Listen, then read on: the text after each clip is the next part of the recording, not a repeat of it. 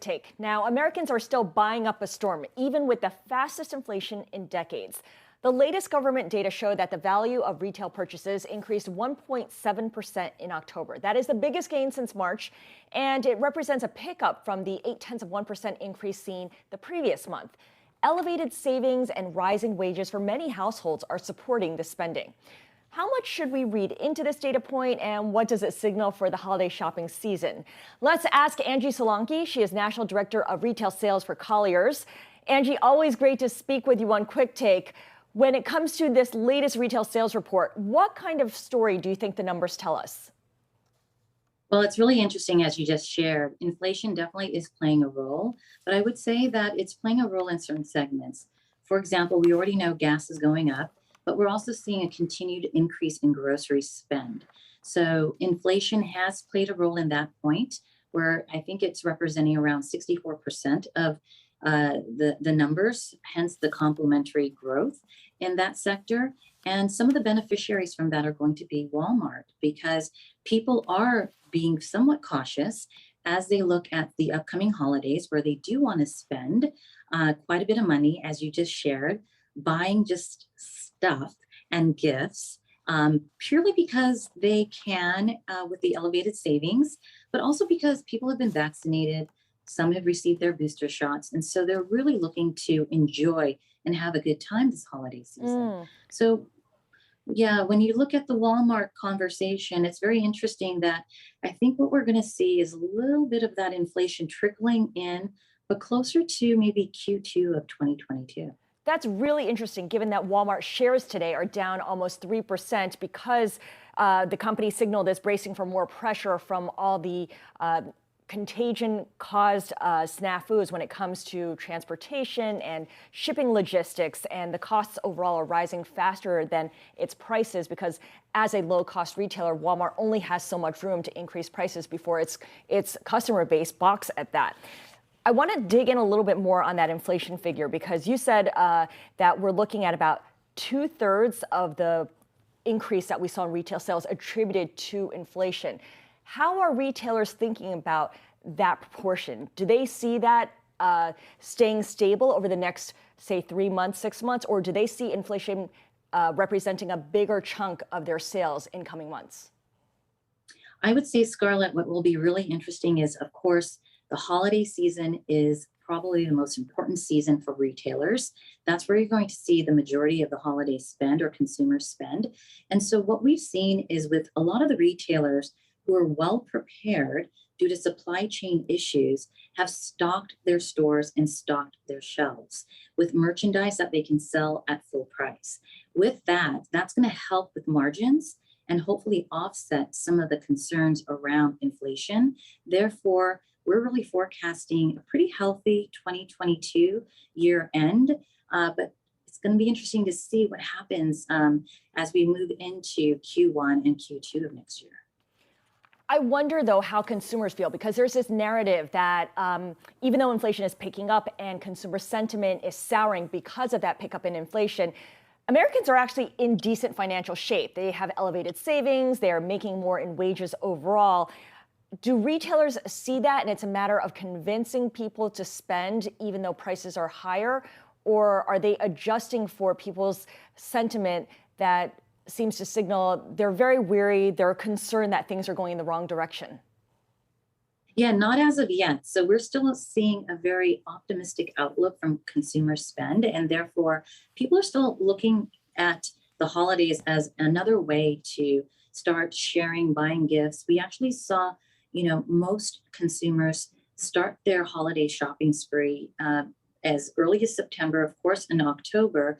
A lot of it had to do with supply chain concerns. I mean, there's been several interesting TikTok messages out there from various consumers and patrons and also shop owners. And so, kind of challenging the supply chain.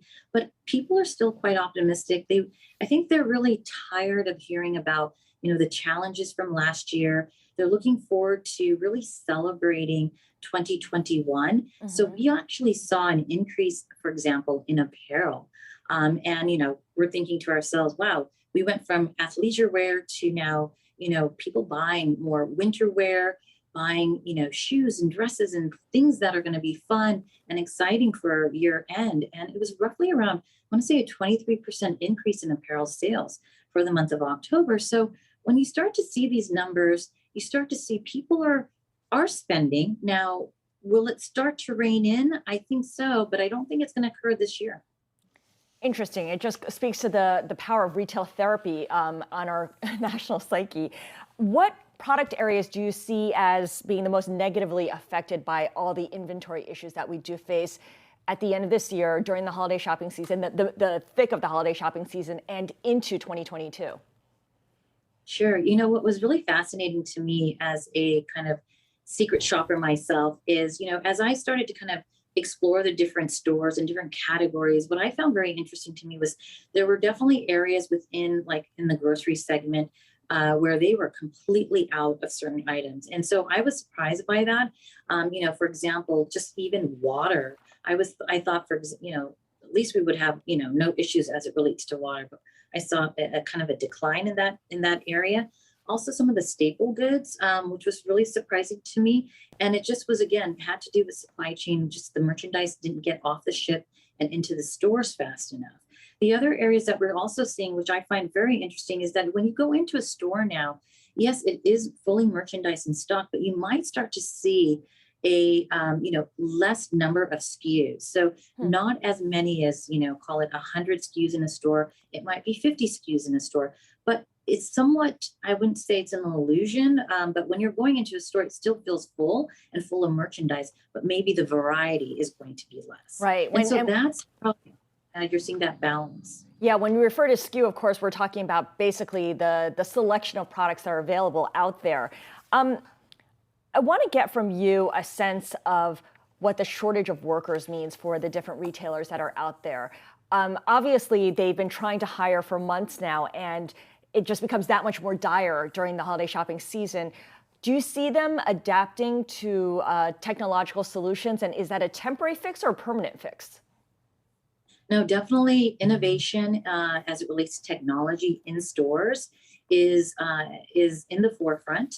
Many retailers have figured out how to improve the overall issue regarding labor, and whereby they put in, if you probably have noticed in many of the larger format stores, the contactless kind of the point of sale. So basically, you're not going through a standard cashier. You're basically checking yourself out. And so they're adding more and more of those checkout stations for consumers. People are having a lot of fun doing it. It just kind of brings you back and playing those kind of childhood games of grocery store. But that's where they're handling kind of this labor concern and issue. So you have less people staffed at the cashiers because you have more, cashier list stations. Got it. Final question for you, Anjee. I wanted to ask you about the circular economy because you've been writing about that and how stores or retailers that offer secondhand goods or pre-owned items are in a position to benefit right now because of the inventory shortage, the inventory crunch, but not just temporarily. Going forward, this is something that American consumers have really started to adapt to and to really get enthusiastic about. Scarlett, what's really fascinating to me is as I, try to kind of integrate with the various generations to see how they are spending. When you look at the millennials and the generations, beyond, it's very, I would say, in their DNA as it relates to how they're spending their money and where they're spending their money. It's important to them that they spend in a way that also gives back. So what I mean by that, you're starting to see these consumers look at, okay, I can have the latest, or I can have a vintage, purse, belt, jacket, pair of shoes, what have you, through this, call it circular or this secondhand consignment. And so they're taking something that they want to enjoy for a period of time, but they're also okay giving it up and giving it back to the next person versus trying to hold on to it and just stockpile it in their closet. So I think, we're going to continue to see that. That is definitely not a trend.